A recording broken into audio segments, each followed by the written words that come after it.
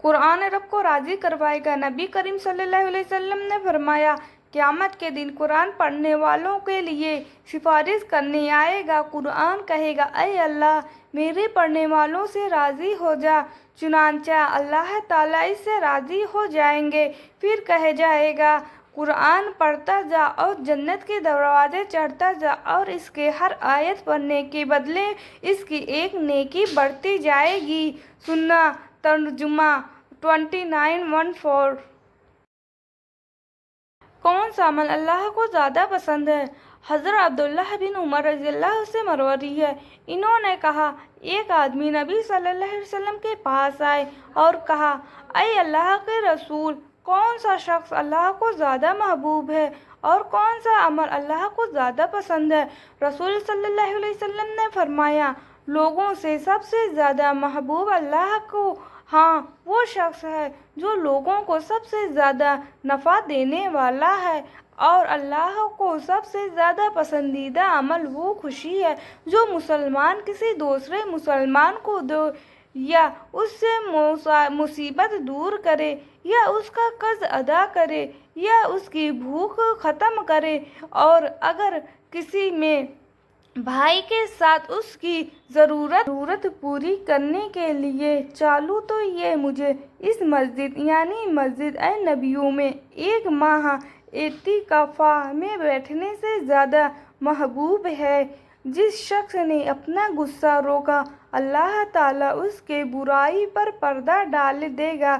جو شخص اپنے غصے کے مطابق عمل کرنے کی طاقت کے باوجود اپنے غصے کو پی گیا، اللہ تعالیٰ قیامت کے دن اس کے دل کو امید سے بھر دے گا، اور جو شخص اپنے بھائی کے ساتھ اس کی ضرورت پوری ہونے تک اس کے ساتھ چلا تو اللہ تعالیٰ اسے اس دن ثابت قدم رکھیں گے جس دن قدم ڈگمگا رہیں گے، اور یقین بات اخلاقی عمل کو خراب کر دیتی ہے جس طرح شرک شہد کو خراب کر دیتا ہے۔ سلسلہ صحیحہ 2009۔ اللہ کی رضا۔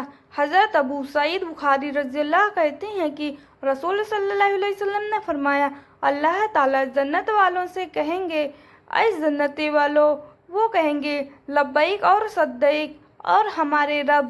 اللہ تعالیٰ پوچھیں گے، کیا تم راضی ہو گئے؟ وہ کہیں گے، ہم کیوں نہیں راضی ہوں گے جب کہ تو نے ہمیں اتنا نعمت سے نوازا جو تو نے اپنے کسی مخلوق کو نہیں دی ہے۔ اللہ تعالیٰ کہیں گے، میں تمہیں اس سے بھی زیادہ بہتر چیز دوں گا۔ وہ پوچھیں گے، اس سے بہتر کون سی چیز ہو سکتی ہے؟ اللہ تعالیٰ نے فرمایا گا، تمہارے اوپر اپنی رضامندی ناراض کروں گا اور تم سے کبھی نہیں ناراض ہوں گا۔ پیغمبر محمد صلی اللہ علیہ وسلم نے فرمایا، اللہ سبحانہ فرماتا ہے کہ میں اپنے بندوں کو گمان کے ساتھ ہوں، اور جب وہ مجھے اپنے دل میں یاد کرتا ہے تو میں بھی اس کو اپنے دل میں یاد کرتا ہوں، اور جب وہ مجھے مجلس میں یاد کرتا ہے تو میں بھی اس کو اس سے بہتر فرشتے کی مجلس میں اس کو یاد کرتا ہوں، اور اگر وہ مجھے ایک بالشت قریب آتا ہے تو میں اس کے 2 ہاتھ قریب جاتا ہوں، اور اگر وہ مجھ سے 1 ہاتھ قریب آتا ہے تو میں اس سے 2 ہاتھ قریب آ جاتا ہوں، اگر وہ میری طرف چل کر آتا ہے تو میں اس کے پاس دوڑ کر آ جاتا ہوں۔ انسان گھر بدلتا ہے، لباس بدلتا ہے، رشتہ بدلتا ہے، دوست بدلتا ہے، پھر بھی پریشان کیوں رہتا ہے؟ کیونکہ وہ خود کو نہیں بدلتا۔ مرزا غالب نے کہا ہے، عمر بھر غالب یہی بھول کر رہا ہے، دھول چہرے پہ تھی اور آئینہ۔ حق کے راستے میں اگر ساری کائنات بھی تمہارے خلاف ہو تو بھی تم یقین رکھو کہ اللہ تمہارے ساتھ۔ گھر کے باہر دماغ لے کر جاؤ کیونکہ دنیا ایک بازار ہے، اور گھر کے اندر صرف دل لے کر جاؤ کیونکہ یہاں ایک پریوار ہے۔ ہزاروں روپیوں والے میں کبھی چہرے پر نور نہیں لا سکتا۔ جو برا کہے چپ ہو جاؤ، جو ستائے صبر کرو، اللہ کی قسم ایسا طاقت بنے گا پہاڑ بھی راستہ دے گا۔ کسی کی غریبی دیکھ کر رشتہ مت توڑنا، کیونکہ جتنا مان سمان غریب کے گھر ملتا ہے اتنا امیروں کے گھر پر نہیں۔